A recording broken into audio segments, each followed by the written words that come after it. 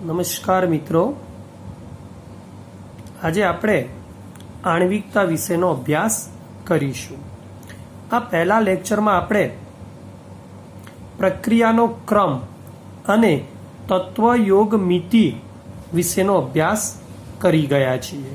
હવે એક બીજો ગુણધર્મ, પ્રક્રિયાનો બીજો એક ગુણધર્મ છે બેટા.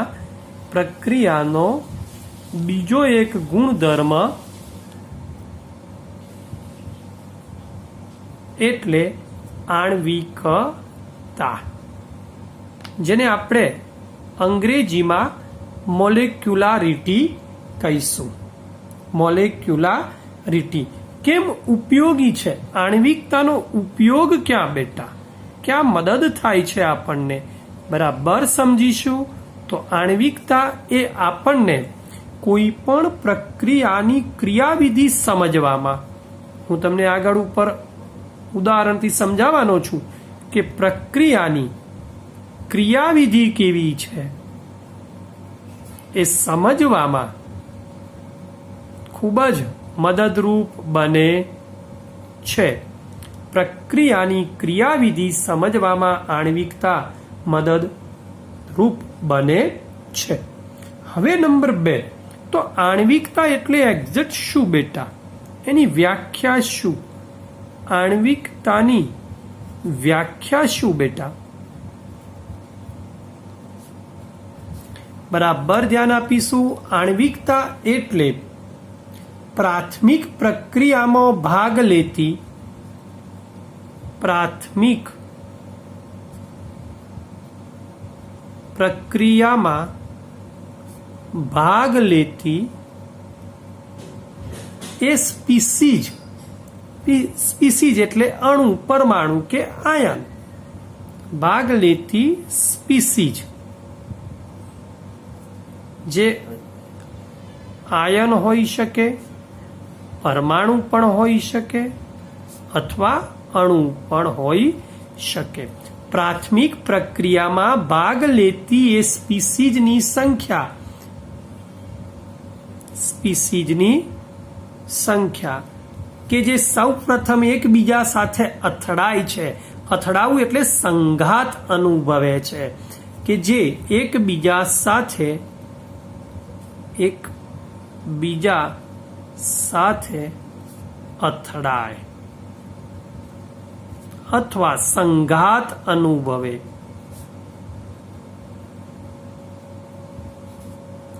છે અને અંતે રાસાયણિક પ્રક્રિયા પૂર્ણ થાય. રાસાયણિક પ્રક્રિયા પૂર્ણ થાય. તો એ જે સ્પીસીઝની જે સંખ્યા છે, જેટલી સ્પીસીઝે શરૂઆતમાં અથડામણ અનુભવી, એ સ્પીસીઝને તેની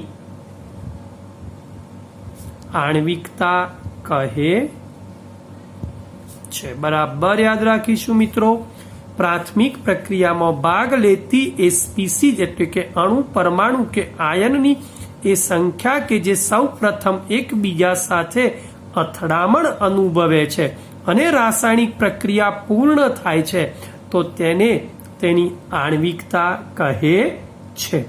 દાખલા તરીકે હું તમને એક એક ઉદાહરણ લઈને સમજાવીશ બેટા. નંબર 1 કે ભાઈ એક આણ્વીય પ્રક્રિયા એટલે શું? તો જો એક જ સ્પીસીઝ પ્રક્રિયામાં ભાગ લેતી હોય, સમજો એક જ સ્પીસીઝ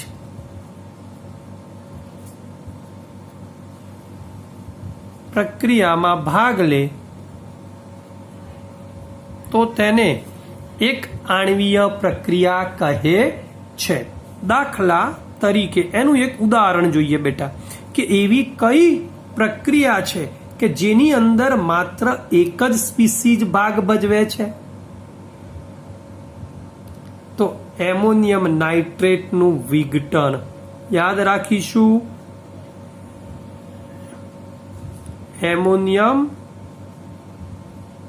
નાઇટ્રાઇટ નું વિઘટન, બરાબર યાદ રાખીશું. એમોનિયમ નાઇટ્રાઇટનું વિઘટન એ એક સ્પીસીજ ભાગ ભજવે છે ને એક આણ્વીય પ્રક્રિયા છે. હું અહીંયા પ્રક્રિયા સમીકરણ રજૂ કરું છું. NH4NO2 એનું જ્યારે વિઘટન થાય ત્યારે આપણને N2 પ્લસ ટ્વાઇસ H2O મળે છે.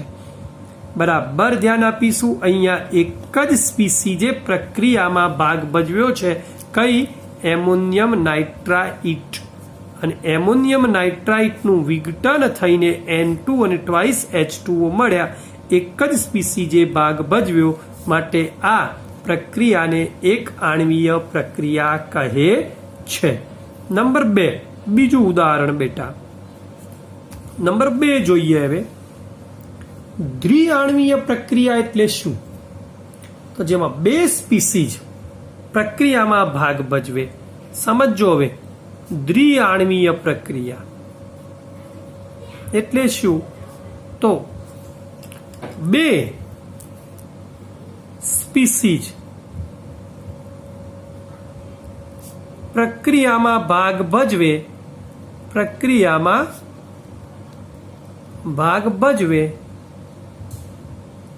તો તેને દ્વિઆણ્વીય મીન્સ ભાગ ભજવીને શું થાય?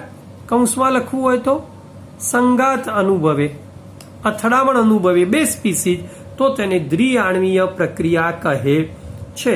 એનું ઉદાહરણ કયું બેટા? તો હાઇડ્રોજન આયોડાઇડનું વિયોજન. હાઇડ્રોજન આયોડાઇડ નું વિયોજન નીચે પ્રમાણે પ્રક્રિયા સમીકરણથી રજૂ કરીશું. આપણે HI ના 2 મોલનું વિઘટન થશે ત્યારે આપણને H2 પ્લસ I2 મળે છે.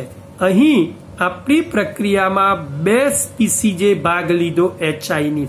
હાઇડ્રોજન આયોડાઇડના 2 મોલ એટલે કે 2 સ્પીસીજ જ્યારે પ્રક્રિયામાં ભાગ ભજવે ત્યારે આવી પ્રક્રિયાને દ્વિઆણ્વીય પ્રક્રિયા કહે છે. નંબર 3 બેટા કે ભાઈ ત્રિઆણ્વીય પ્રક્રિયા એટલે શું? ચલો હવે આવડી ગઈ. ત્રિઆણ્વીય પ્રક્રિયા. ત્રિઆણ્વીય પ્રક્રિયા એટલે શું? વ્યાખ્યા કે જેમાં 3 સ્પીસીજ પ્રક્રિયામાં ભાગ ભજવે. 3 સ્પીસીજ પ્રક્રિયામાં ભાગ ભજવે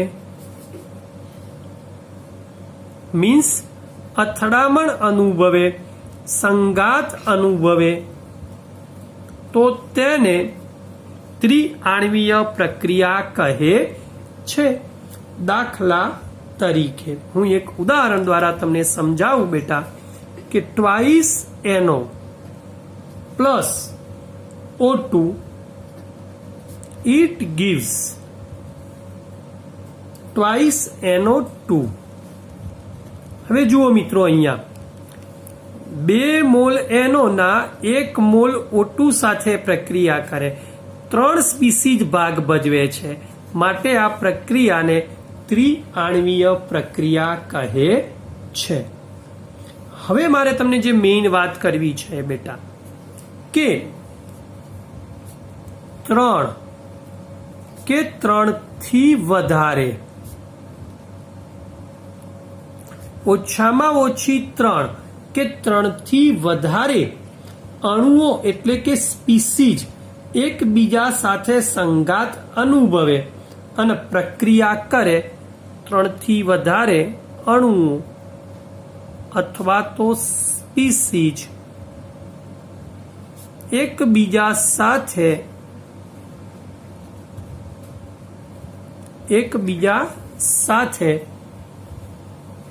સંઘાત અનુભવે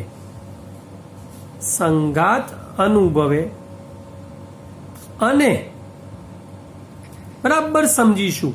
3 કે 3 થી વધારે અણુઓ અથવા સ્પીસીજ એકબીજા સાથે સંઘાત અનુભવે અને પ્રક્રિયા પરિણમે તેની સંભાવના ખૂબ જ ઓછી હોય. પ્રક્રિયા પરિણમે તેની સંભાવના મિત્રો ખૂબ જ ઓછી હોય. યાદ રાખીશું, સંભાવના ખૂબ જ ઓછી હોય છે. કેમ આવું? તો એના વિશેની ચર્ચા આપણે આગળ ઉપર જોઈએ છે. બીજો એક ટોપિક સમજી લઈશું એ પહેલા કે આણ્વિકતા 3 હોય તો આવી પ્રક્રિયાઓ ખૂબ જ ઓછી છે બેટા. જેમની આણ્વિકતા 3 કે 3 થી વધારે હોય, 3 કે તેથી વધારે હોય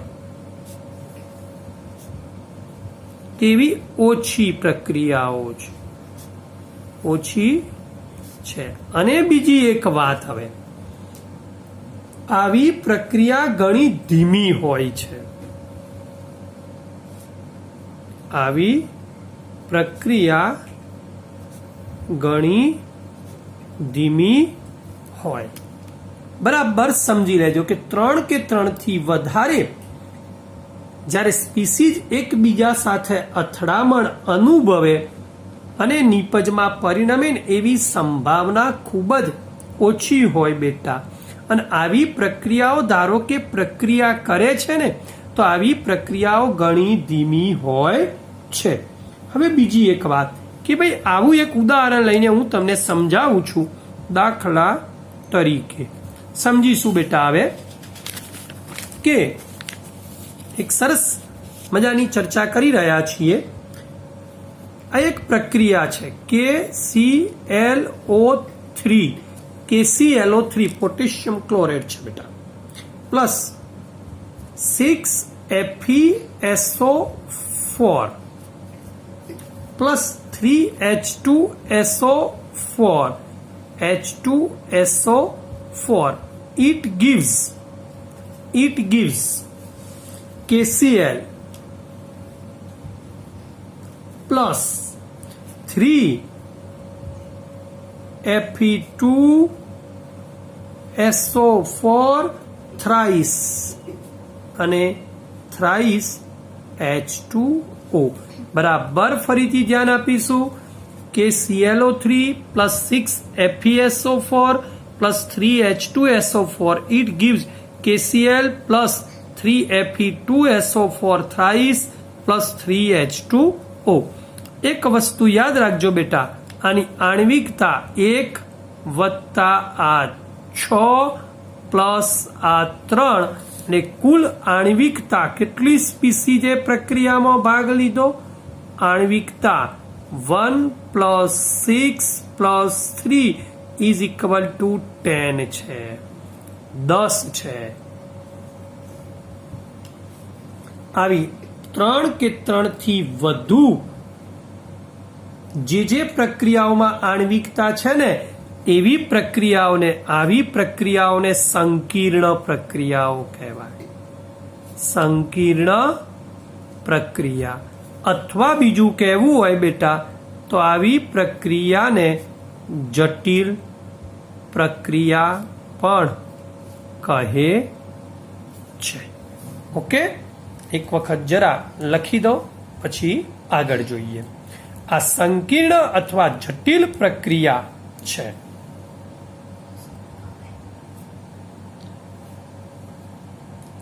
હવે એક પ્રશ્ન થાય આપણને કે આ પ્રક્રિયાનો પ્રક્રિયાક્રમ 10 હોવો જોઈએ, પરંતુ આ પ્રક્રિયાનો પ્રક્રિયાક્રમ 2 છે બેટા. સમજીશું. આ પ્રક્રિયાનો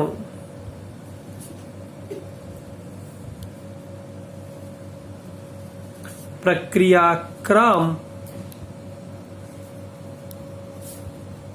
10 હોવો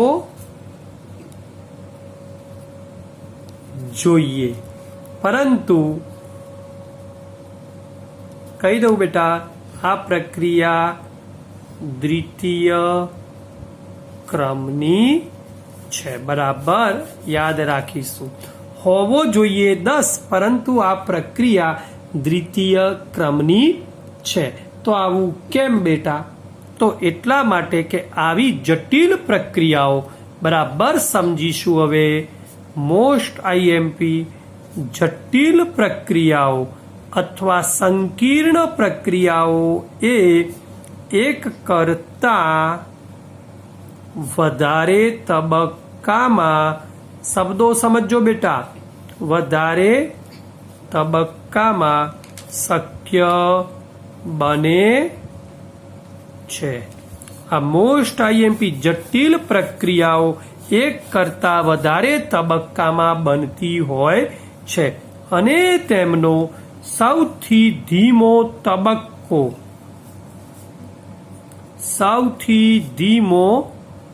તબક્કો એ વેગ નિર્ણાયક બને છે મોસ્ટ આઈએમપી ટોપિક બેટા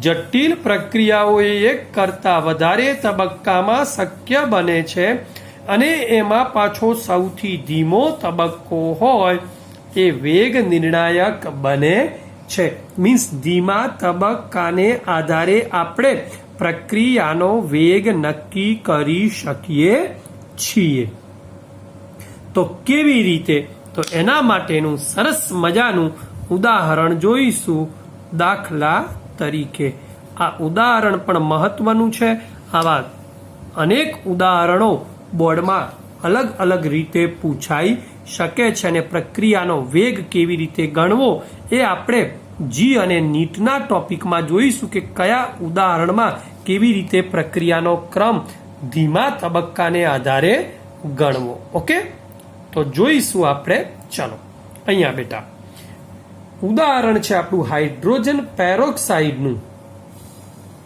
આલ્કલાઇન માધ્યમમાં આયન વડે પ્રક્રિયા જોજો બરાબર હાઇડ્રોજન પેરોક્સાઇડ H2O2 છે આપણી પાસે એનું આલ્કલાઇન માધ્યમમાં શબ્દો સમજો આલ્કલાઇન માધ્યમ છે આપણું એમાં આયન વડે જો આને ઉદ્દીપિત કરવામાં આવે તો આપણને મળે છે ટ્વાઇસ H2O પ્લસ O2 તો અહીંયા 2 દુ 4 એટલે 2 મોલ ફરીથી હાઇડ્રોજન પેરોક્સાઇડનું વિઘટન જોવું છે આપણે કોની હાજરીમાં તો આલ્કલાઇન માધ્યમમાં આયોડાઇડ ઉદ્દીપક વડે ઉદ્દીપિત થઈને એનું વિયોજન થાય છે ચલો આ પ્રક્રિયાનો વેગ મારે લખવો છે બેટા તો આ પ્રક્રિયાનો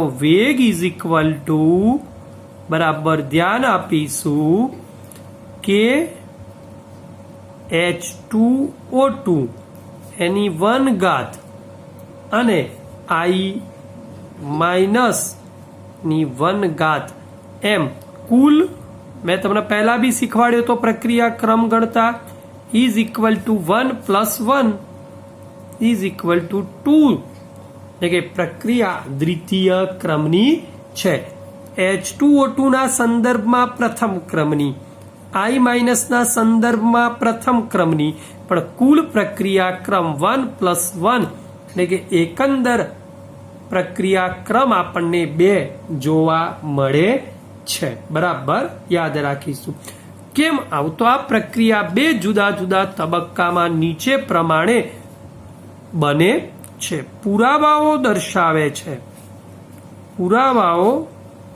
દર્શાવે છે કે આ પ્રક્રિયા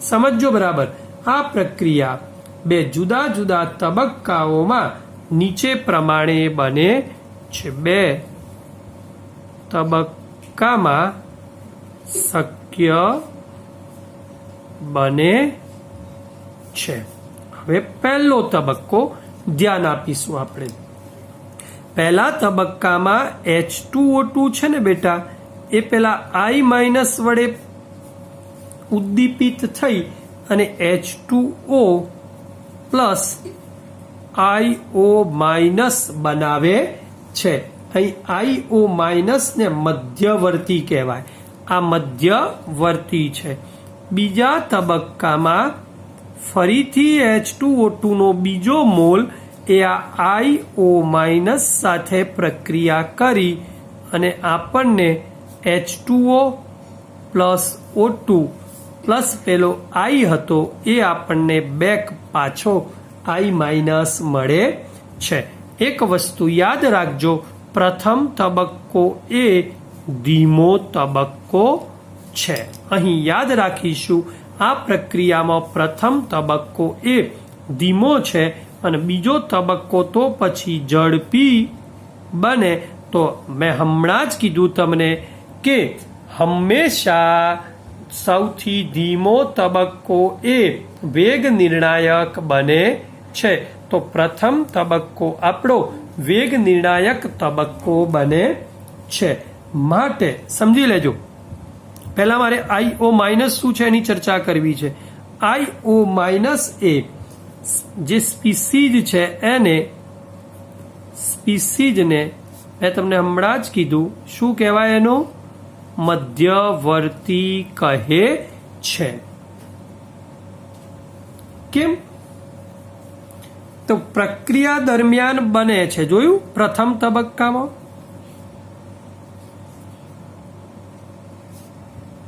તે બને છે.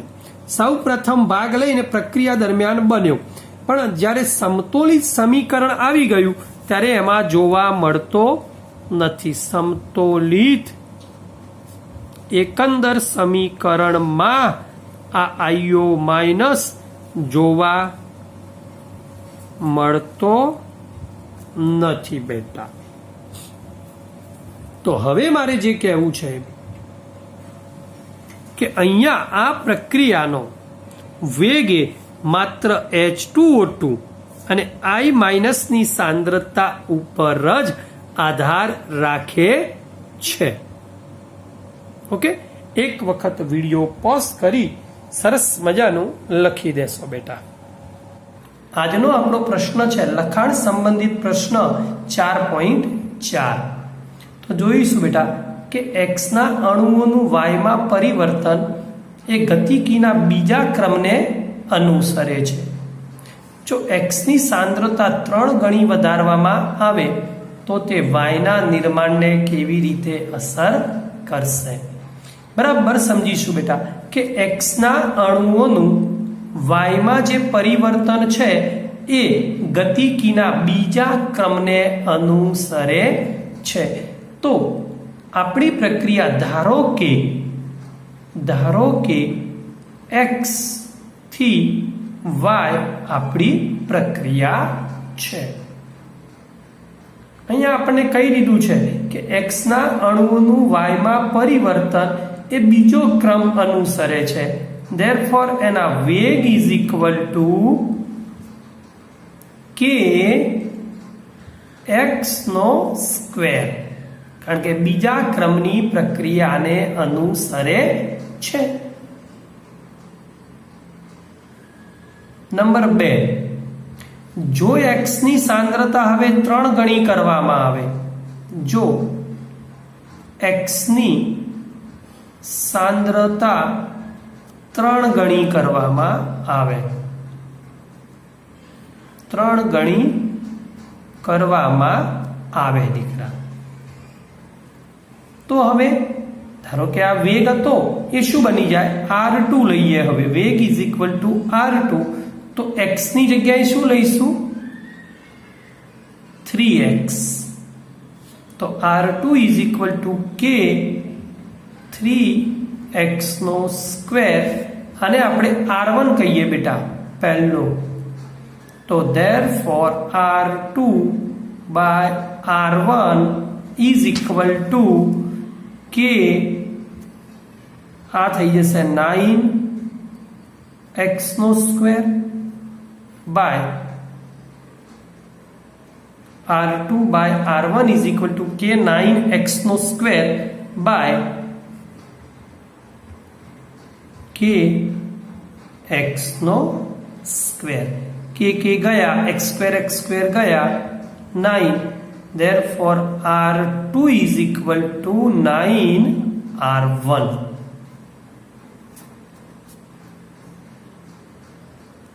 મળે, જે સૂચવે છે કે આપણી પ્રક્રિયાનો વેગ 9 ગણો વધે છે. Therefore y ના નિર્માણનો વેગ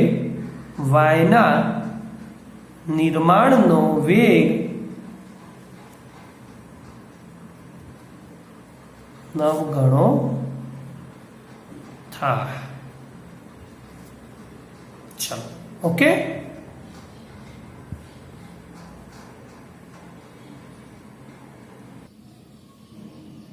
ઓકે બેટા, હવે જોઈશું સ્વાધ્યાયનો 4.6. આપણને રકમ આપી છે કે એક પ્રક્રિયા પ્રક્રિયકના સંદર્ભમાં દ્વિતીય ક્રમની છે. જો પ્રક્રિયાનો વેગ કેવી રીતે અસર પામશે કે જ્યારે પ્રક્રિયકની સાંદ્રતા બમણી કરવામાં આવે અને અડધી કરવામાં આવે. તો પ્રક્રિયામાં પ્રક્રિયકની સાંદ્રતા સમજી લો, પ્રક્રિયકના સંદર્ભમાં દ્વિતીય ક્રમની છે. તો આપણી ધારો કે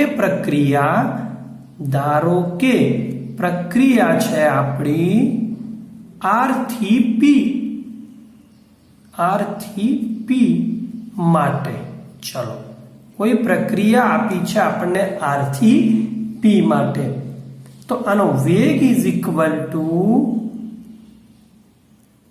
R1 કહીએ આપણે, ઇઝ ઇક્વલ ટુ K અને R નો સ્ક્વેર. કેમ સ્ક્વેર? દ્વિતીય ક્રમની છે.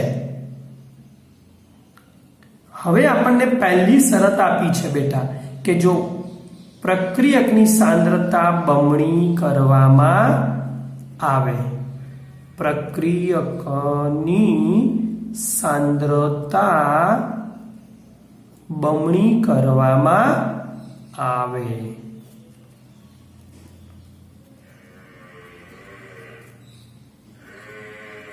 તો જે આપણે R લીધો ને એની જગ્યાએ શું લઈશું? 2R લેતા. ચલો, હવે R ની જગ્યાએ 2R લઈએ તો વેગ આપણે R1 ની જગ્યાએ R2, તો R2 is equal to K 2R નો સ્ક્વેર. Therefore 2 નો વર્ગ થી 4K R નો સ્ક્વેર ઇઝ ઇક્વલ ટુ, આ બે પરિણામ સરખાવો બેટા, K R નો સ્ક્વેર એની જગ્યાએ શું મૂકી શકીએ? R1. તો જે R2 આવ્યો એ મૂળ પ્રક્રિયાના વેગ કરતો 4 ગણો વધે છે. તો નવો વેગ 4 ગણો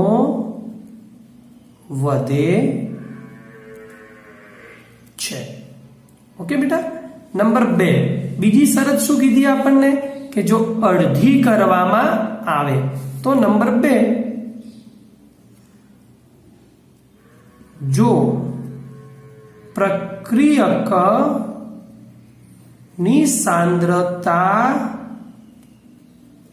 અડધી કરવામાં આવે, સાંદ્રતા હવે અડધી કરી દીધી બેટા, તો શું બનશે? ચલો, R ની જગ્યાએ R/2 લેતા. ધારો કે આપણે એને R3 કહીએ તો R3 is equal to K R/2 નો સ્ક્વેર. એટલે આ થઈ જાય બેટા K R નો સ્ક્વેર બાય 2 નો સ્ક્વેર એટલે 4. પણ K R ના સ્ક્વેર ની જગ્યાએ શું મૂકી શકીએ? મૂળ સાંદ્રતા R1/4. Therefore R3 એ R1 ના ચોથા ભાગની બને છે. મીન્સ આપણી પ્રક્રિયા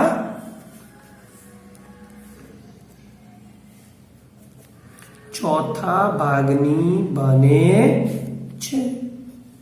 ચોથા ભાગની બને છે. હવે જોઈશું સ્વાધ્યાયનો 4.9 કે ભાઈ એક પ્રક્રિયા એના સંદર્ભમાં પ્રથમ ક્રમની છે અને બીના સંદર્ભમાં દ્વિતીય ક્રમની છે. તો પહેલું મિત્રો વિકલનીય વેગ સમીકરણ લખો. ચલો નંબર 1, તો એનું વિકલનીય વેગ સમીકરણ કેવી રીતે રજૂ કરવું? તો પ્રક્રિયાનો વેગ is equal two r1 is equal to k.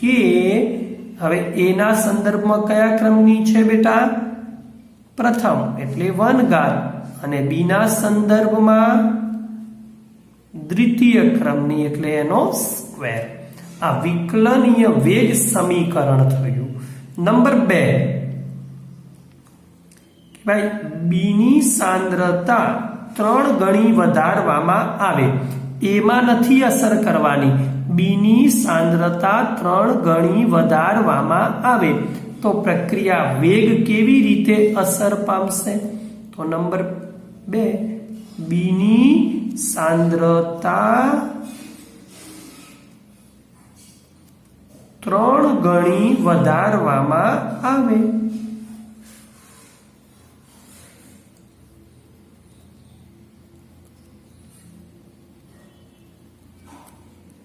તો બીની જગ્યાએ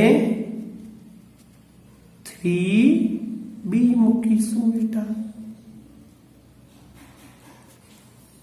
શું બને? ચલો પ્રક્રિયાનો વેગ ઇઝ ઇક્વલ ટુ r1 ની જગ્યાએ r2 કહીશું. r2 is equal to k, એની સાંદ્રતા m ના m અને બીની સાંદ્રતા 3b નો સ્ક્વેર. શું થઈ જાય બેટા? r2 બાય r1 લઈ લો. ચલો r2 બાય r1 લઈ લો. તો k એ 9b નો સ્ક્વેર અપોન k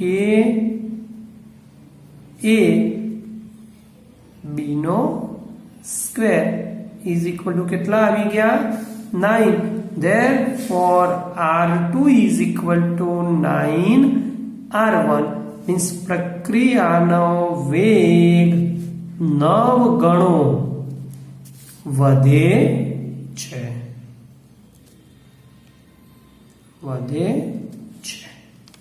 ચલો નંબર 3 બેટા, શું કીધું છે હવે?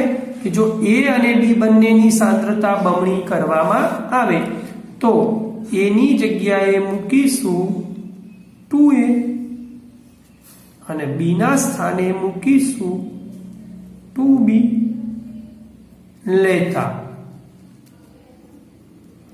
વેગ is equal two r3 is equal to k. એની જગ્યાએ 2a અને બીની જગ્યાએ 2b એનો સ્ક્વેર ઇઝ ઇક્વલ ટુ શું થશે બેટા?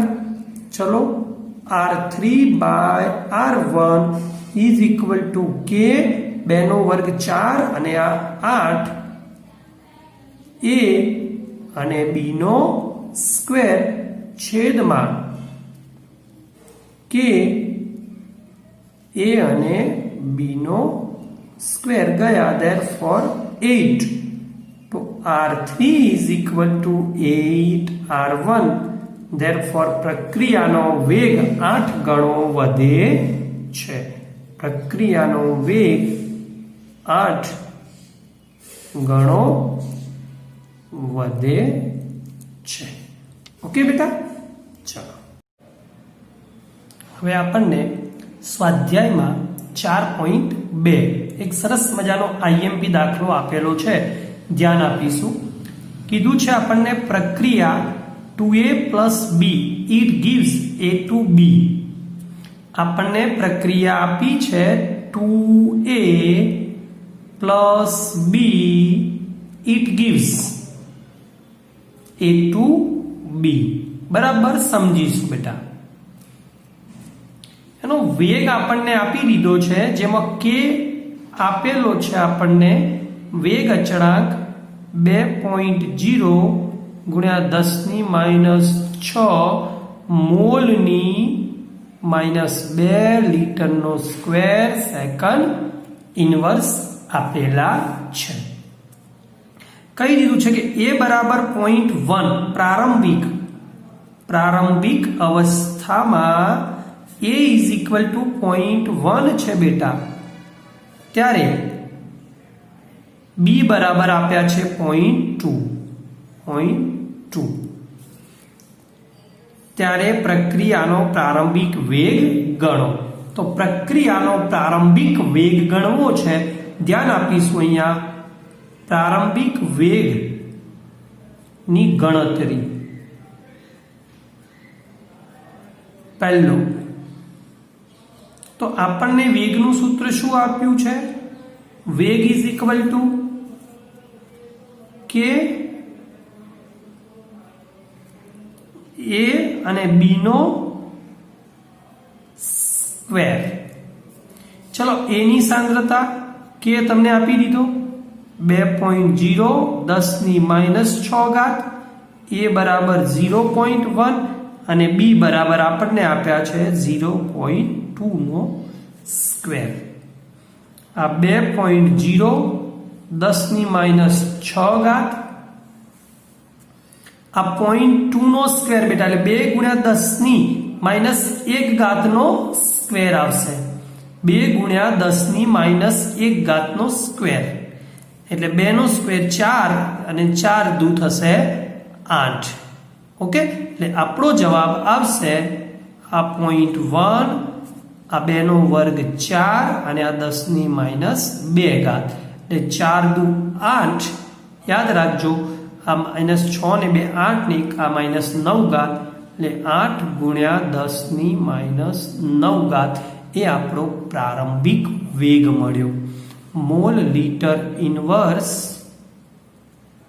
Second inverse. ક્લિયર? આ એક વસ્તુ. હવે આપણને બહુ મહત્વની વાત કરી છે કે જો એની સાંદ્રતા છે ને એ ઘટીને 0.06 મોલ લીટર ઇનવર્સ થાય. મિત્રો આ શબ્દો બરાબર યાદ રાખજો. ઘટીને સાંદ્રતા આટલી બને છે મીન્સ અંતિમ અવસ્થા. યાદ રાખજો, આ અંતિમ અવસ્થામાં ઘટીને આપણને 0.06 બને છે. તો ઘટાડો કેટલો થયો?